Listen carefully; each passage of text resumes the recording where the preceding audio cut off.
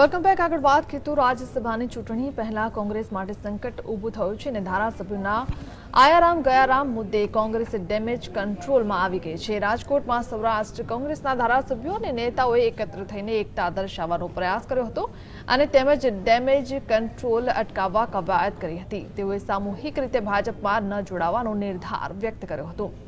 રાજકોટમાં city resort ખાતે રાજકોટના ઇન્દ્રનીલ રાજગુરુ, પરેશ ધાનાણી, જવાહર ચાવડા, પીરજદા, જાવેદભાઈ, મેરામભાઈ, હર્ષદભાઈ રીબડિયા, પ્રવીણ ઠાકોર, પૂંજાભાઈ વંશ અને માંગરોળના બાબુભાઈએ શક્તિ પ્રદર્શન કર્યું। ભાજપ શામદામ દંડ ભેદની નીતિ અપનાવી છે, છતાં ભાજપમાં ન જોડાવાનો નિર્ધાર કર્યો અને કોંગ્રેસને વફાદાર રહેવાની વાત કરી હતી।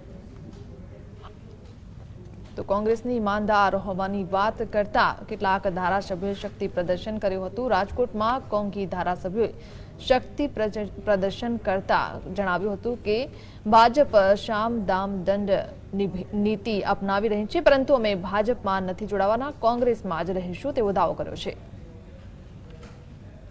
એટલા માટે થયા છે કે આ ભાજપના લોકો આમ ધામ સામ દંડની નીતિ અપનાવી લોકશાહીમાં ન શોભે એવી યુક્તિઓ કરી અને જે પ્રયત્ન કરી રહ્યા છે એની સામે અમારા આપ સૌ સમક્ષ હાજર થવું પડ્યું। લોભ લાલચમાં ફસાવવાનો નિરર્થક પ્રયાસ કર્યો છે અને એમ છતાં ભાજપે સત્તાના જોરે જે દબાણ ઊભું કર્યું હતું એ દબાણની અંદર કોંગ્રેસ પક્ષના બહુમતી ધારાસભ્યો આવ્યા નથી, એણે એના ઈમાનને ગીરવે મૂક્યો નથી અને ગુજરાતની પ્રજાની વેદનાને વાચા આપવાનો નિર્ણય કર્યો છે।